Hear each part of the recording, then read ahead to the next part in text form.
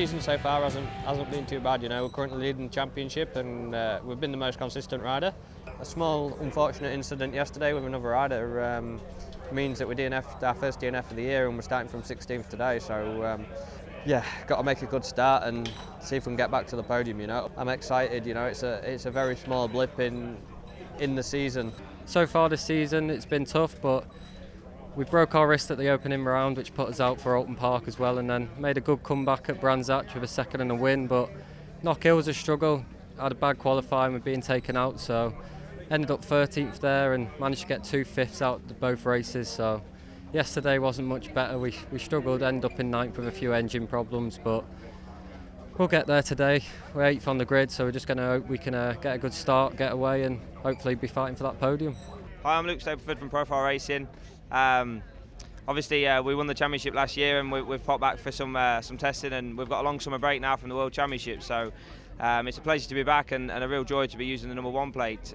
We've got a lot to test this weekend, and we're sort of glad it worked out where it's been wet and dry, because we've really struggled in the wet this season and last season. So we think we've found something this weekend, and it's been real productive, and we managed to top it off with a win yesterday, and the support I've had this weekend's been real good. There's a lot of fans that have come up and showed the support, so it's real nice to be back and get a chance to catch up with everyone, and hopefully we'll get to another round during the summer before the next round in the World Championship. This year so far has been going, it's hard to explain really. The first round didn't go so well, and then it's been sort of a seesaw of rounds. So I'll have a good round, then it'll go bad and good and bad and good. It's up and down season at the moment, but so after this round hopefully we can get it back on track and have a bit more consistency with our game. So I'm looking forward to the race. I'm starting from 19th because I got wiped out yesterday in the first lap. So yeah, just have a bit of fun going through the pack and see what I can do. Yeah, the season's went pretty decent so far. You know, we were leading the championship up until the last round at Knockhill. We've had some really strong results, and we've had some hiccups as well along the way. So we'll take the rough with the smooth, and we dropped the championship lead at the last round, which was unfortunate. But the conditions weren't ideal really for me. We're looking good for today. We have a few things we need to try on the bike, and you know, I'm feeling comfortable, and I want to go for wins today.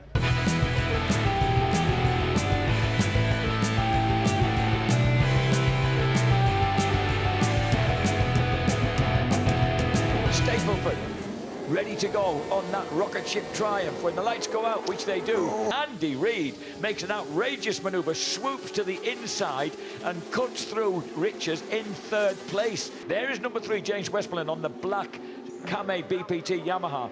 Huge amount of work to do for him to try and work his way through the pack. And there is Luke Stapleford making his move, and he just cleanly scythed through past Taron McKenzie on the 2nd of 15 laps here to take the lead on that orange and silver triumph. So 18-year-old John Francis, the 6-foot Cheshire boy, moves through. And again. And he makes another move as well, sharpish and neat as he goes into the hairpin. Stapleford makes a mistake. He does. He got it in the wrong gear there. You can see, and he's going to be lucky. He's going to lose a lot of time. This is going to give him a real opportunity, and he's going to have to really go. 10 laps left. That could well have cost him. I should think it has. As we see Ross Twyman slip past as well. This could. 8th place. He's back to 8th place. He's ahead of Mason Law, so he's 8th, James. Andy Reid once again having a look at the twitching number 40 there of Taron McKenzie as he dives into Richards and then storms down towards the Montreal hairpin. Yeah, they're another fastest lap of the current laps at the moment there for Stapleford. Oh, Reid, sorry, as I was looking at the screen, Reid dives through, but has he lost it? Did McKenzie? No, he's kept it. So Reid making that move now on lap 8 of 15. Ben Curry, whoa, McKenzie, the flyweight McKenzie soars past Andy Reid at the end of the Bentley Straight. Oh no! Andy Reid's bike's gone, his engine's blown. Reid's engine's gone. He's got to get off the track as well. Can he see that? Andy Reid gets right over. He's just got to slow it down and get off the track. He's signalled and he's off. So what a misfortune then for Andy Reid. He just rolls straight on at Richards. The Quattro Plant Cool Kawasaki has expired. As they storm down the straight, has the Triumph got the legs it has, and the reigning champion slips through. and he's surely going to take a win. It's the victory for Taron McKenzie on the Staff Connect Academy WD-40 Kawasaki, ahead of the returning British champion Luke Stapleford, and a terrific third. Jeff Crust and the gang in WD-40 are absolutely elated at that. Bradley Ray, a really thrilling third for him. Mason.